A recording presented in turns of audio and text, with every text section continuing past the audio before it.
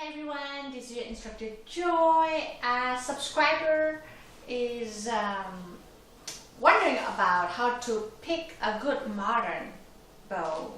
Very good question. I myself have found a very good modern bow which I'm extremely happy with. This was made by a Polish bow maker. Very good. I used to have a French bow, very old French bow. Poison, and my parents spent a lot of money to buy that. And for this modern bow, I spent fraction of what my parents had to pay for my previous old French bow. This is like 20 times better, if not 50 times better bow. So I am all for modern bow.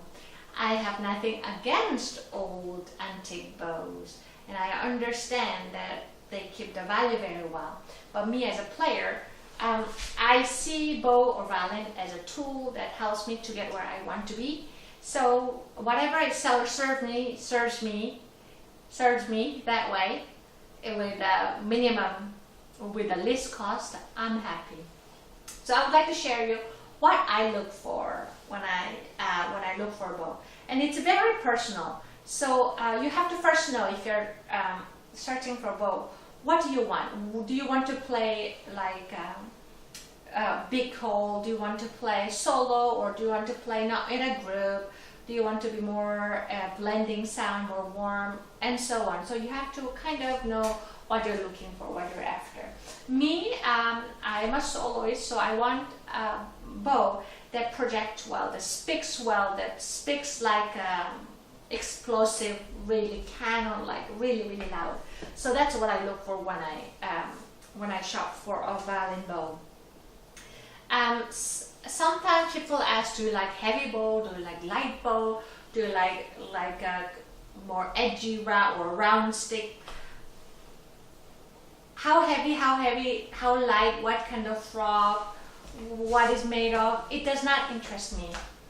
I pick the bow by simply playing it, and only by playing it, and when I'm happy, then that's my bow. For me, the bow has to have a nice projection. It should have an easy response. So whatever I play, or this legato, or staccato, or staccato, or martello, whichever has to have a quick response. I have lists of things, excuse me, that I play when I shop for a bow. So those difficult passages that I have problem with, I play those.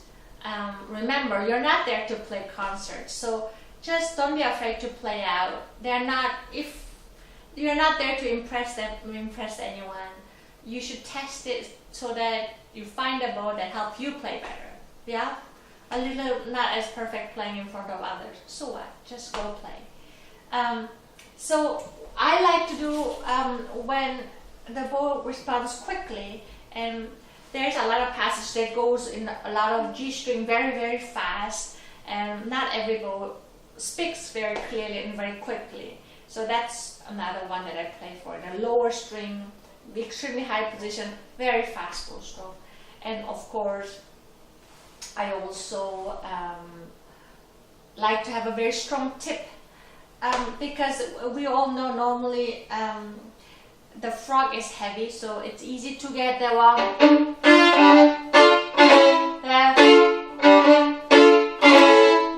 That's easy. However, when you're playing near the tip, it's often very light, so it doesn't have that same kind of bite. But when it's very fast stroke, I need to have that kind of strong bite and strong resonant yet very aggressive sound, so that my solo performance kind of cuts through, like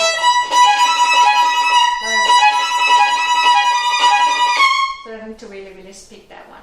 That's what I do. And of course, and then the other one that I was talking about, like I want like that. So I test this part, make sure that speaks well quickly. And of course you want to have the bow a little flexible so it responds well. So you could do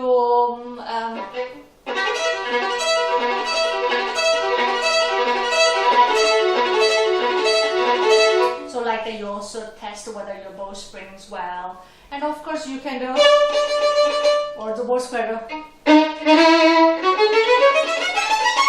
Yeah. So you want to check that one as well. So that's, and I can't just remember everything off the top of my head. I have lists of things that I saved on my phone so that wherever I test, I go through those lists. But for sure, I like strong, big sounding bow and very strong projection at the tip, as well as a throat, of course, and then quick responsing when I'm playing fast passages, especially when in extremely high positions on G string like that. I also encourage you to have your own list of pieces that you want to do when you're testing bows. So don't be afraid to play. It should serve you, nobody else. Just those difficult pieces, difficult pieces a little here and there, collect those, have it with you, and play those, and then compare each bow, see which one helps you to play the best. And it's not a bad idea for you to bring your old bow so that you can compare, because you're more familiar with your old bow, so that it's nice to compare. This bow is better than my old bow because, and so on. You can analyze a little better. Some people pay a lot of attention to the names and materials and so on.